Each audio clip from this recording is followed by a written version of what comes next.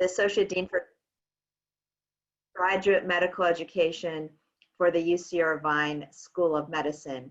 She's a compassionate physician, educator, and leader, and I am thrilled to have her on this webinar today. Thank you, Dr. Afsar. And now I will introduce our other speaker. It's an honor to introduce Dr. Negar Shekarabi. Dr. Shekarabi is a licensed clinical psychologist. She obtained her master's and doctoral degrees at Pepperdine University. Dr. Shekarabi has worked in university settings providing mental health services since 2006. Most recently, she is serving as a senior staff psychologist and outreach coordinator with the UCI Counseling Center.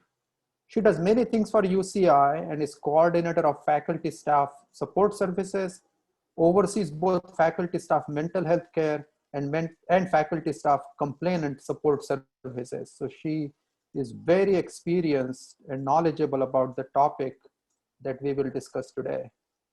So with that, I will turn it over to our speakers. Thank you. I'm happy to be here today with Deena to talk about this really important topic as I share my screen with you all this morning. So we want to really have this opportunity to talk to everyone about mental resiliency, particularly while working remotely from home and all of the different challenges that entails for all of us that we're balancing and juggling together.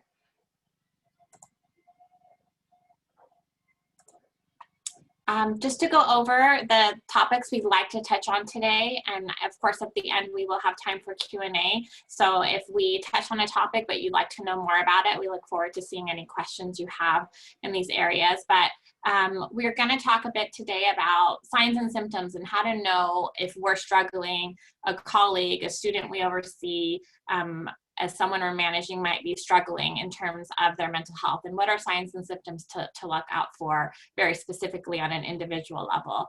We're also going to talk about the challenges that we're all navigating in this in the circumstances we find ourselves. And there are some challenges, of course, for each of us that are very unique and individual, but there are also challenges that are more global that many of us are being impacted with in different ways. We're going to take some time for Deena to do a really great job walking us through a lot of the resources that you have at your fingertips, both at the national and county level, but also UCI specific. We have a lot of excellent resources.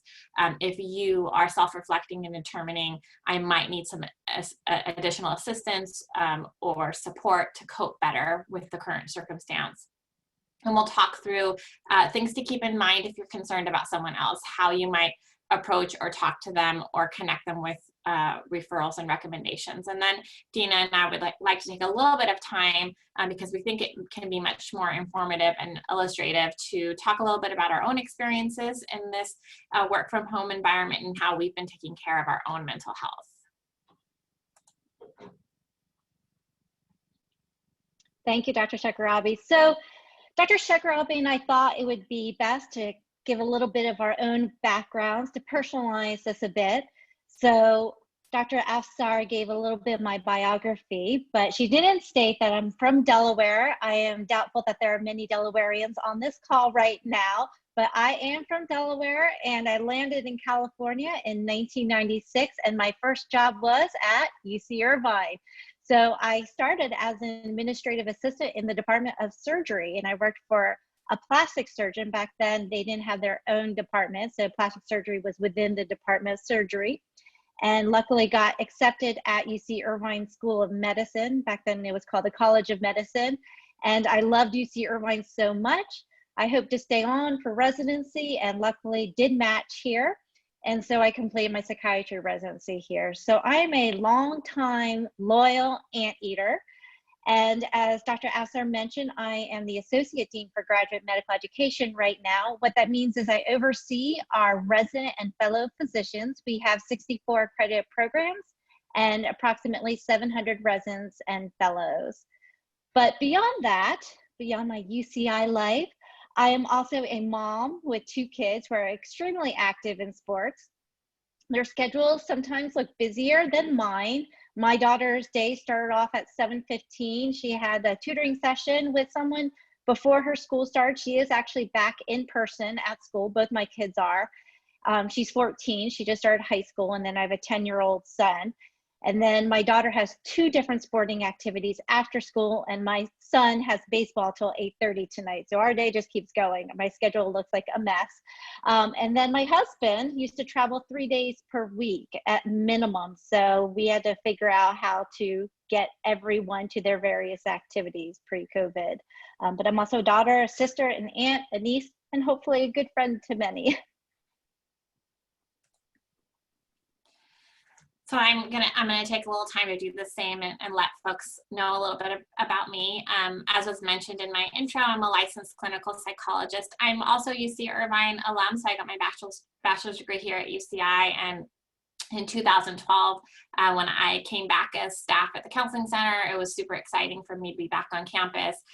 Most of my training and background is in higher ed mental health. And so, as I mentioned, I've worked in counseling centers, but now over the last 5 years, I've been in this role in faculty staff support services. My office is here as a resource to all of us as employees in terms of our mental health needs and resources. And it's been vastly rewarding to take on that role.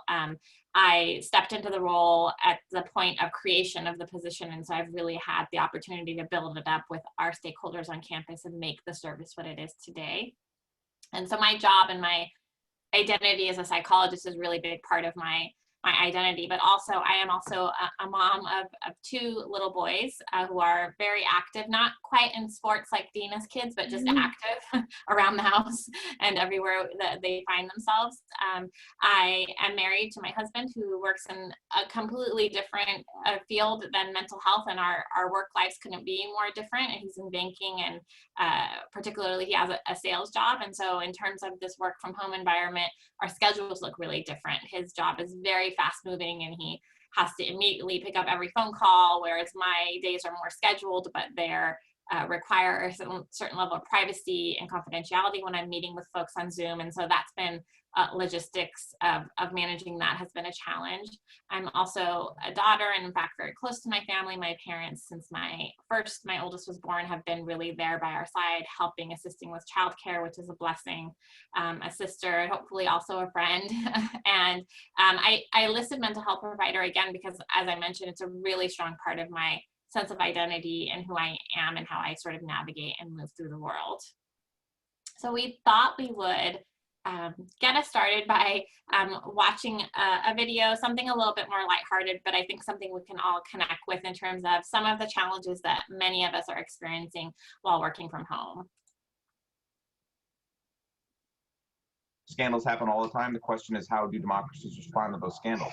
And what will it mean for the wider region? I think one of your children has just walked in. I mean, shifting sands in the region. Do you think relations with the North may change? I would be surprised if they do. Pardon me. Pardon me. My apologies. What's this going to mean for the region? My apologies.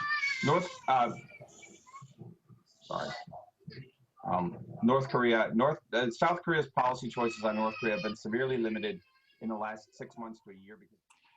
So we thought it would be nice to share that. I think when I saw that clip, and I know that happened pre-COVID, but still it's in that work from home environment, I had a very gut reaction of oh, I could sort of feel his pain and embarrassment as that happened. But also now that we are all in this circumstance from working home, I know how very likely it is for something like that to happen in each of our work days, where our home life really bleeds into our work life in unexpected ways that we have to manage. I don't know, Deena, as I unshare and let you share your screen, if you have any thoughts on that.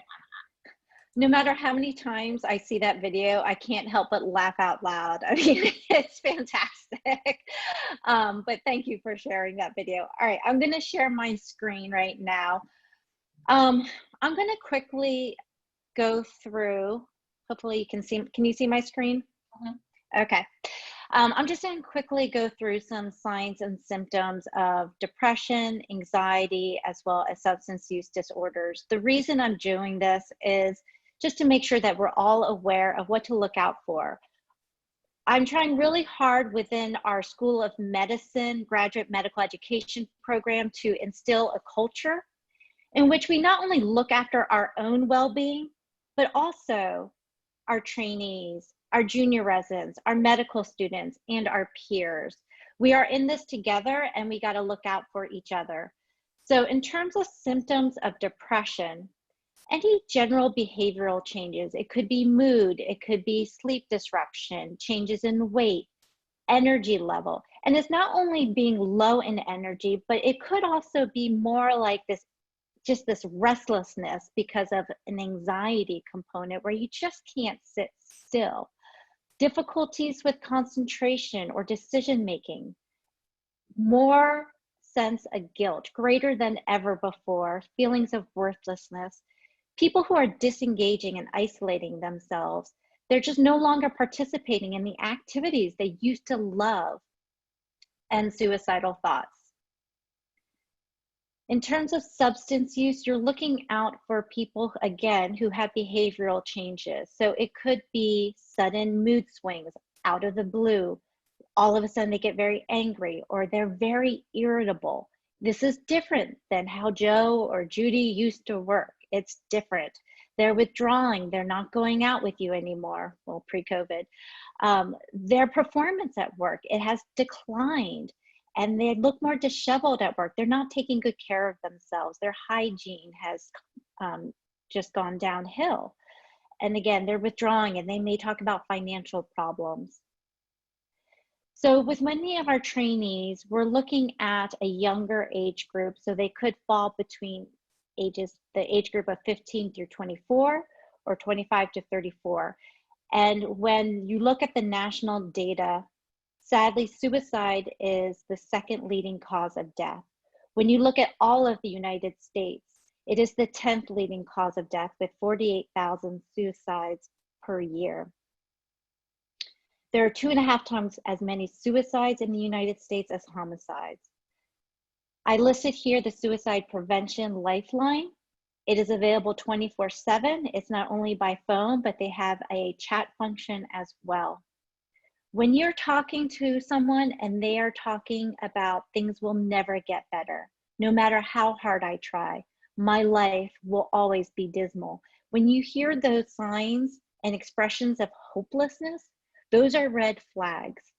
Hopelessness is the #1 predictor for suicide completion. Never be afraid to reach out. See how they're doing. Just listen. You don't have to solve their problems. You most likely cannot solve their problems. That's not your role. But at least reach out, listen, try to connect them to resources.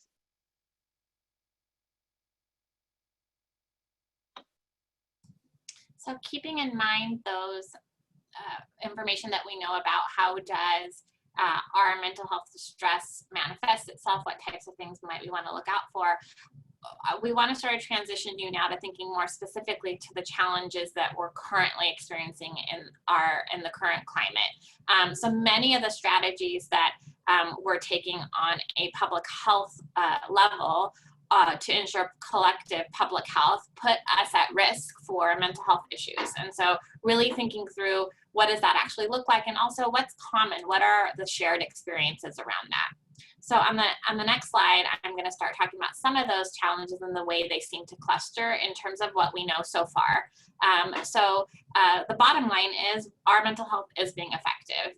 When we're looking at surveys that are starting to happen with the population as early as April, about 14% of Americans were experiencing serious symptoms of distress, which is triple the rate of how many folks endorse those same items of anxiousness, depression, and trauma in 2018. So we are seeing those numbers even early on that we're being impacted.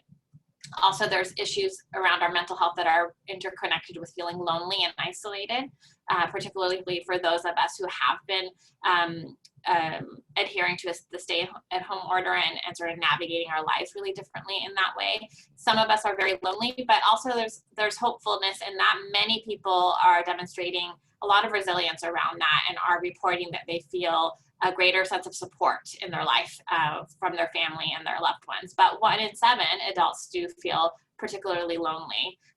Also, our demographics, our personality style, and our lifestyle are factors that contribute to how we're going to manage the mental health effects of the response to COVID-19. So young people in general, we tend to be more depressed and more anxious and more stressed and more traumatized currently than the older population. Women are more effective and report higher rates of loneliness, and in part there's an understanding that nationally, women are burdened by childcare and the risk of job loss at a different rate than men are, and that contributes to the sense of loneliness and anxiety a great deal. And then in terms of personality traits, there's two really important ones to keep in mind, and that's what is our individual tolerance level for uncertainty. So how comfortable am I with uncertainty in general, or do I find myself being really reactive generally in life when things are uncertain? And some clue for that might be, when I'm not sure of something, do I take a lot of steps to try to mitigate that? Do I take on a lot so I can have control? Do I make lists? Do I do a lot of checking and behavior? That might be an indication that I have a hard time tolerating uncertainty, versus those of us who recognize I don't like uncertainty, but I tolerate it pretty well. I go with the flow. It doesn't affect me quite as well. And similarly, tolerance for distress. When I'm distressed, when I'm anxious, when I'm sad, do I have a low tolerance for that internally, or do I have a pretty significant amount of sort of being able to sit in that feeling and still be comfortable and functional? And where you find yourself on those traits is going to contribute to how we're going to react and respond and manage the current circumstances.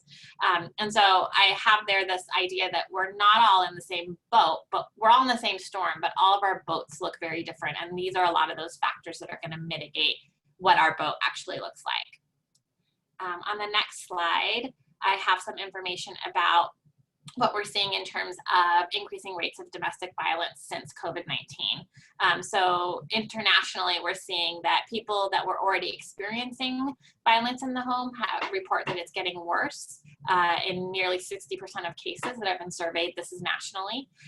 There's a variety of factors that contribute to that. Folks are spending a lot more time at home with their abusive partners. Unemployment and other financial stressors is causing conflict in relationships. Shelters might be shutting their doors, which is creating closing some avenues for safety. In some places, police are discouraged to make arrests, at least particularly early on with the stay-at-home order. And so all those things are going to factor in and affect the rates of domestic violence. And so, of course, the threat of abuse is going to compound the stress and anxiety and fear that folks are already feeling in response to COVID. And so I just wanted to take a moment here to plug our UCI Care office. Next week, they're going to be hosting a Lunch and Learn webinar series where they're really going to be talking specifically about domestic violence. So I have that flyer there for folks if they'd like to later when they download this, get on there to register for that webinar. And then lastly, in terms of common challenges, there are other factors that are going to contribute to what our experience of the stress and anxiety that we're having now are. And if we find ourselves in a disadvantaged group when it comes to health, economic status, or education, we are going to be more significantly impacted by the national response to COVID-19. Also, racism compounds the effects. So the unequal effects that are embedded in our systems are going to also affect whether folks are getting diagnosed or treated and their survival rate when it comes to COVID-19. And so Pew Research is suggesting already that a quarter of Black Americans know someone who's been hospitalized or died from COVID-19 compared to just 1 in 10 white Americans. So we're already seeing that those discrepancies there.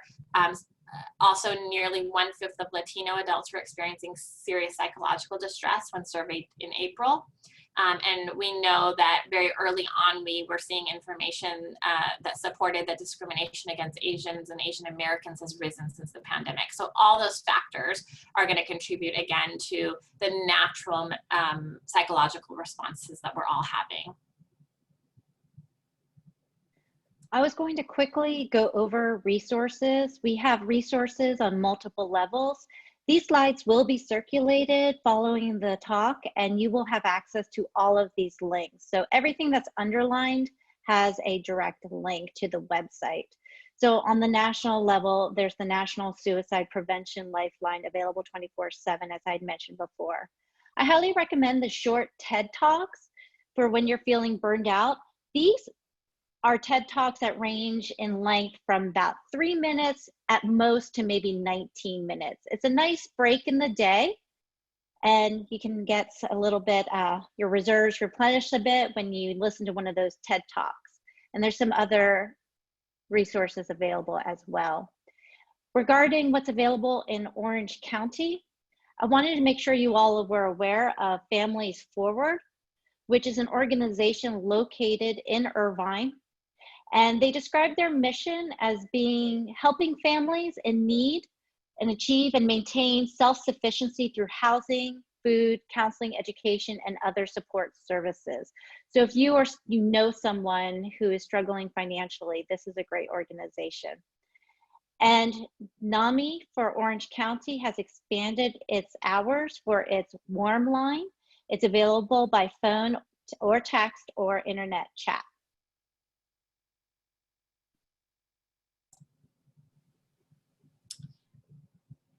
We also wanted to make sure that folks have in this webinar an opportunity to have a review of the UCI specific resources that are here to support our mental health.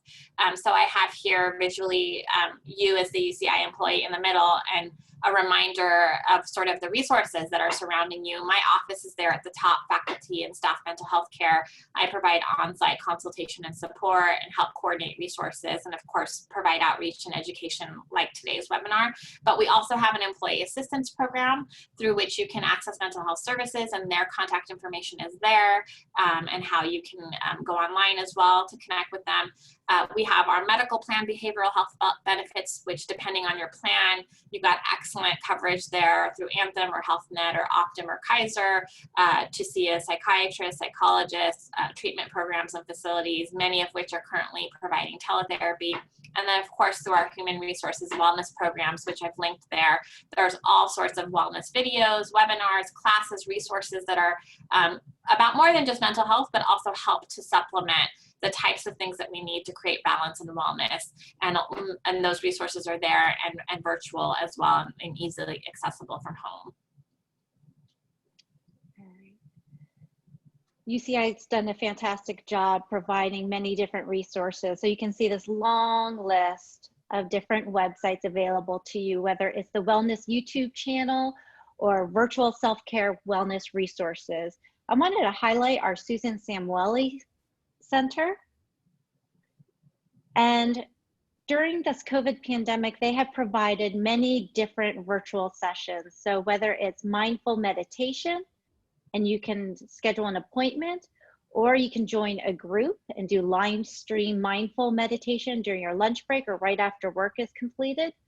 There's guided acupressure, stress management, biofeedback and relaxation techniques, healthy nutrition in times of stress, as well as courses, how to have more effective sleep, how to fall asleep more quickly, and to wake up feeling more well-rested, and how stress affects you and anxiety during stressful times. Again, these links will be sent to you. It's definitely worth checking out. There are other places that have created websites just during the COVID pandemic. I highly recommend this McLean website. They have many different virtual resources, parenting tips, coping strategies, fighting family burnout during the COVID crisis, how to deal with ongoing stress caused by working from home, cooped up couples, navigating newfound togetherness during COVID-19. So again, this is the McLean website.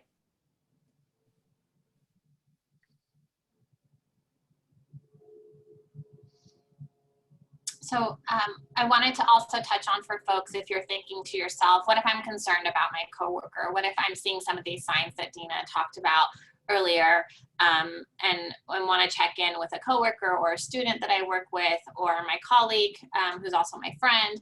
And so I wanted to make sure folks are thinking through, when we're reaching out to other people for help, what is our responsibility and what is not, because that can start to feel a little bit confusing, particularly when we care a lot about the folks that we're reaching out to. So if you're concerned about someone and you want to reach out to them, really your responsibility is just to be offering a warm, friendly ear to someone you believe might be hurting, if he or she will let you.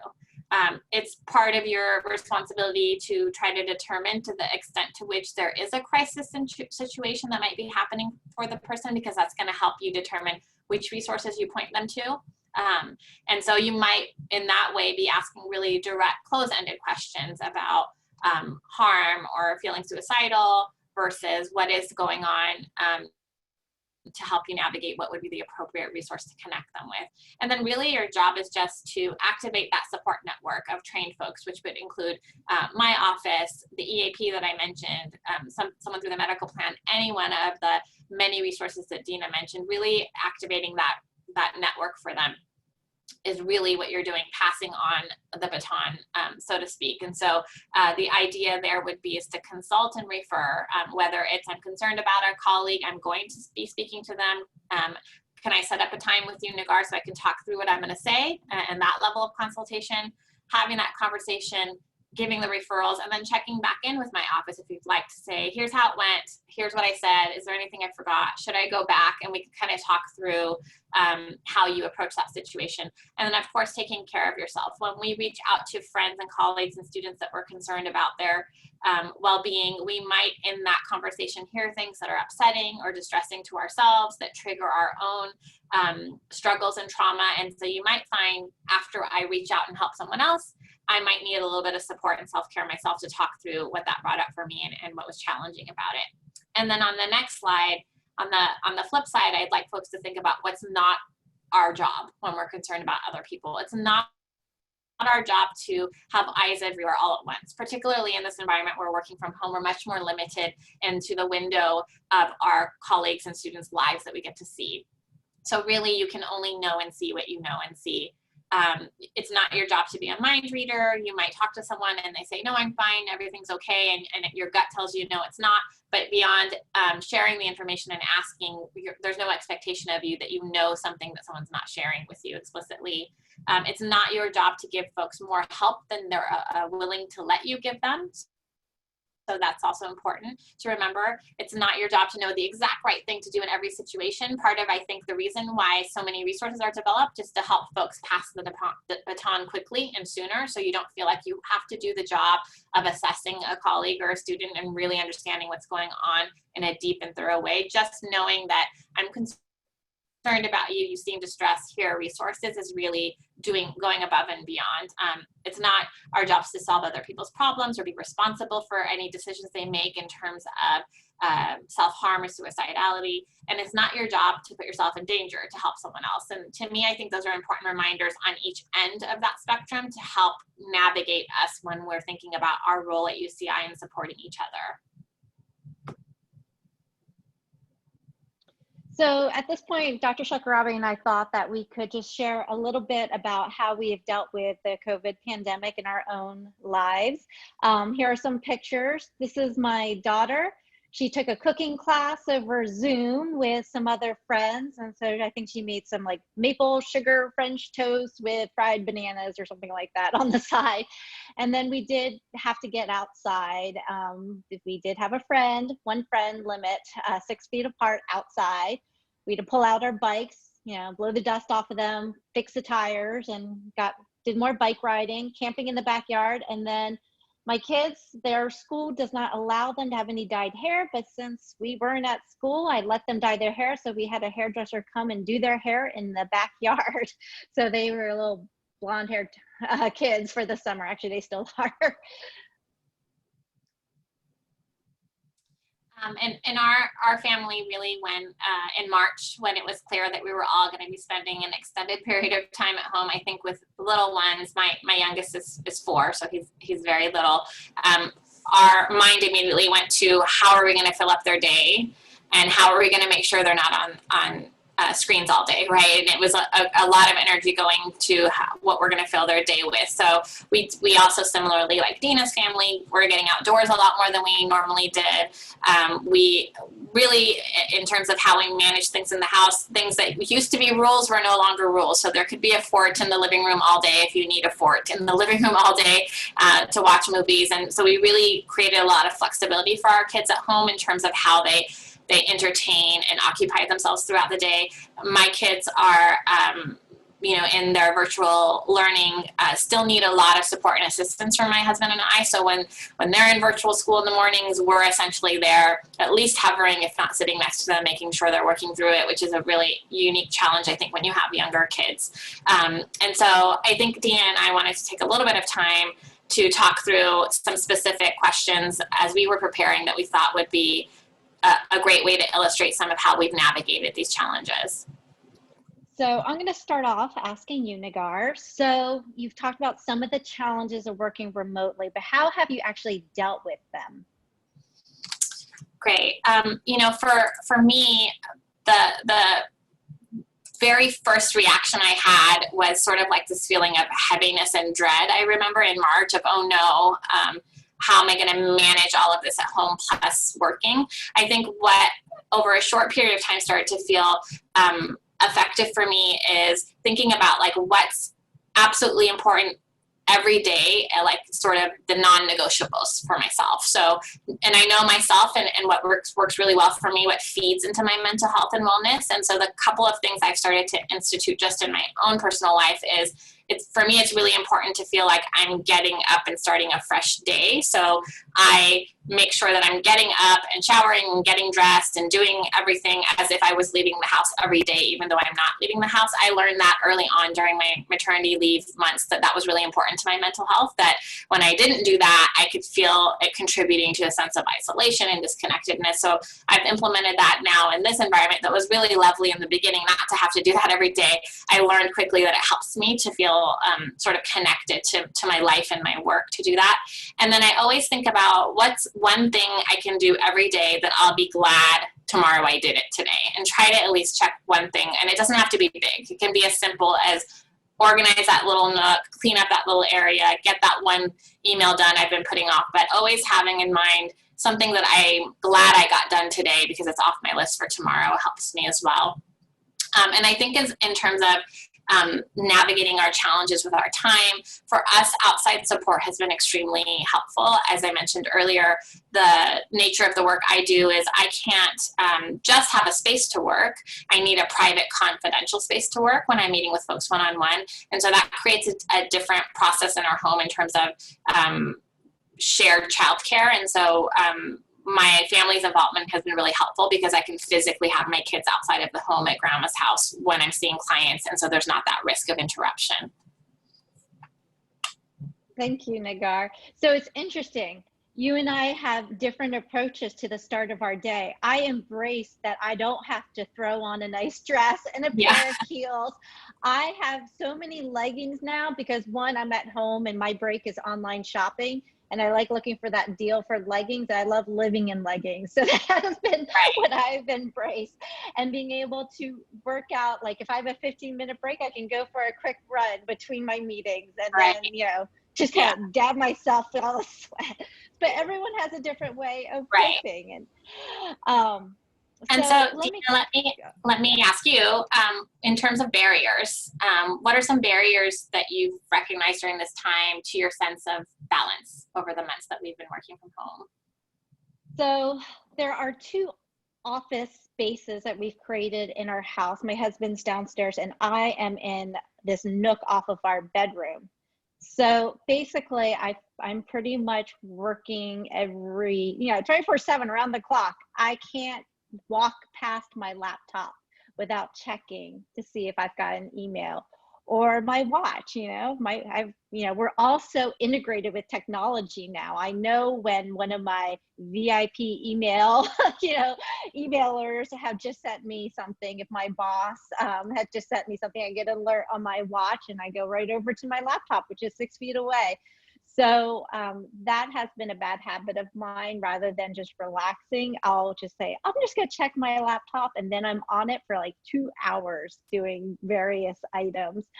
So I need to find a better separation for that. And my phone's right next to my nightstand. So I'm trying to keep that, turn it off, put the do not disturb on by a certain time so that there is a clearer cutoff. So that's been a challenge. I'm going to give you another question. So how do you make sure to carve out protected time for yourself? And what experiences have actually been positive over this difficult time?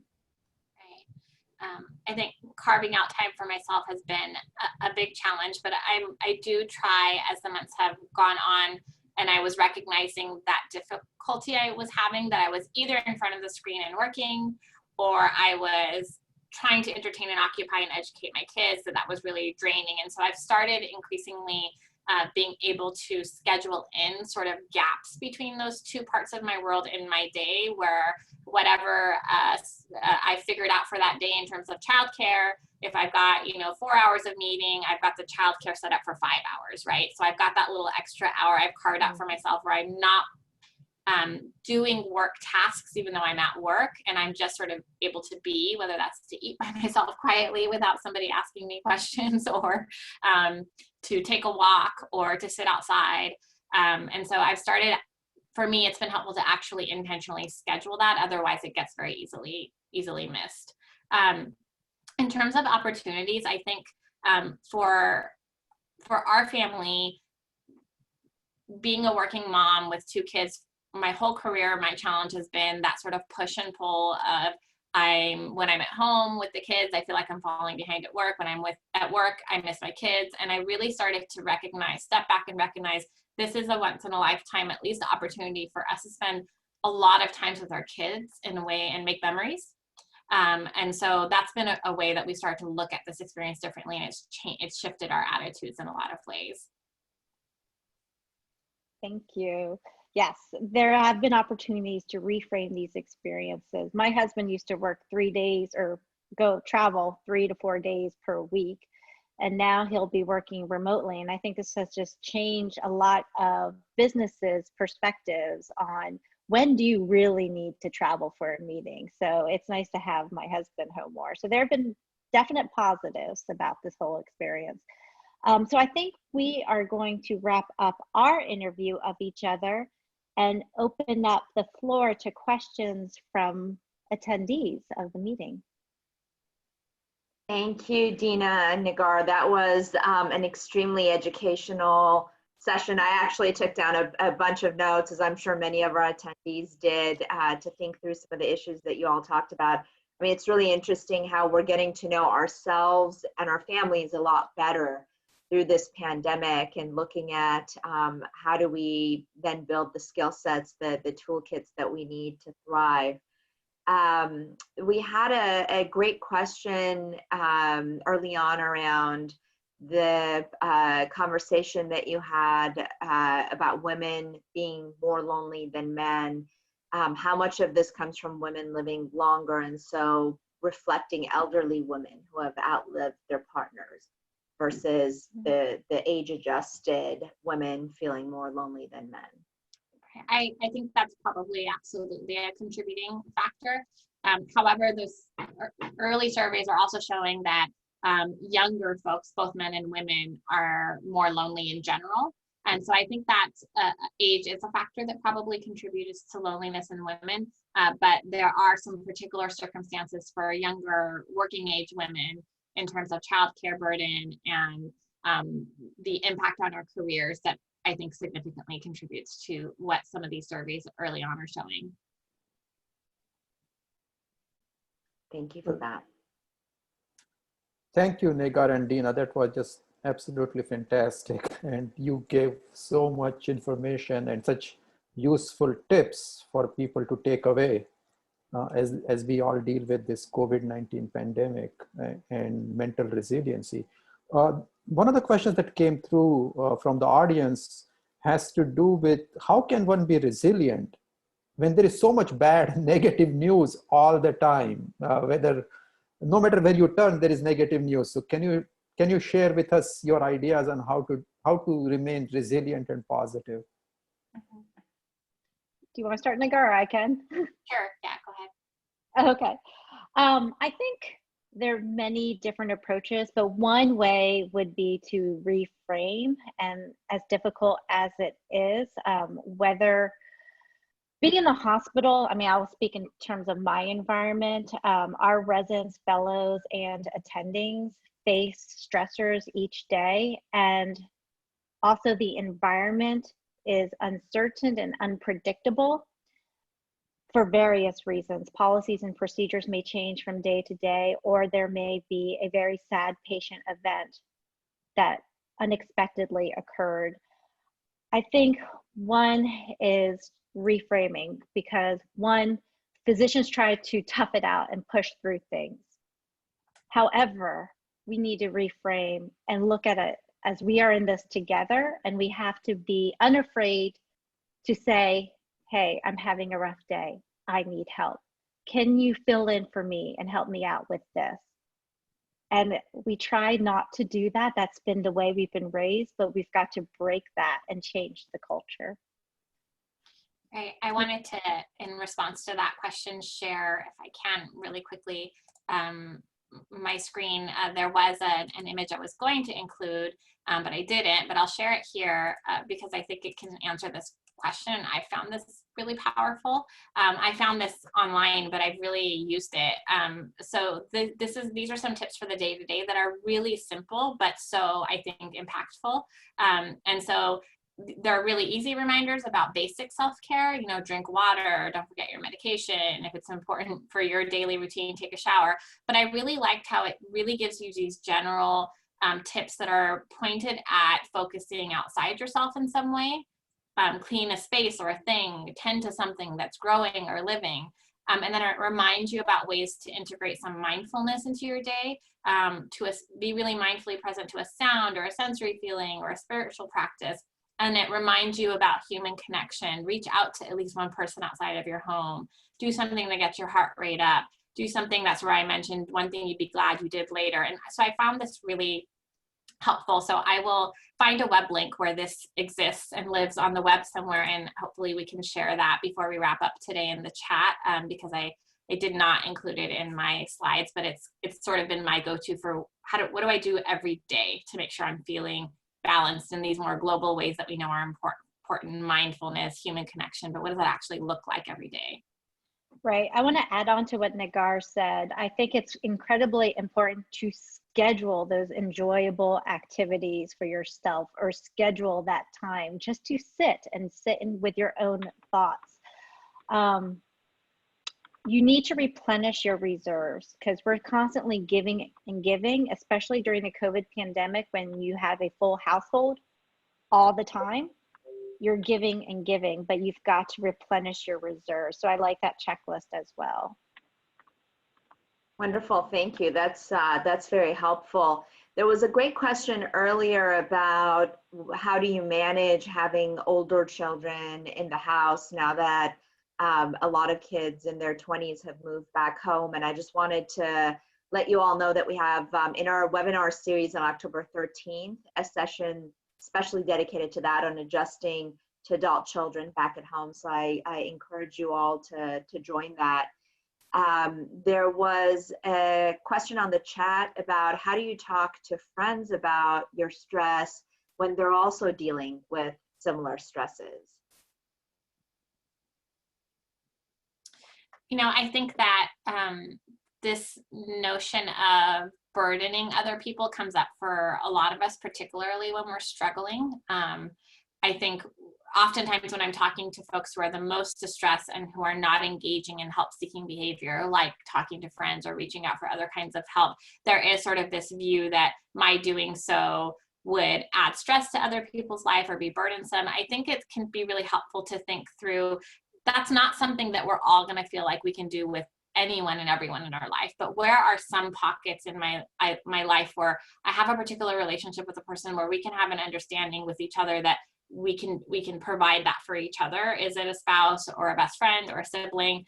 And can we be really explicit about that, that we lean on each other in that way, and there's no expectation that the other person's taking on our problems, but we're just creating space for ventilation. But for some of us, we're part of our distress and stress is because those avenues are lacking in our life. We don't have those strong connections or a sense of a social support, or we're the person in our support system who everyone comes to, and it feels really strange to do the reverse. And so that can be sometimes why something like consistent talk therapy that's really just about creating a space for support can be really helpful. It doesn't have to be about assessment and diagnosis and symptom reduction, right? Always counseling can really just be about creating intentionally that space in your life where you can talk through and process, particularly if you're a verbal processor, your stressors with someone outside of your network or community, if that issue of everyone being burdened, not feeling like I have an open door is present for you.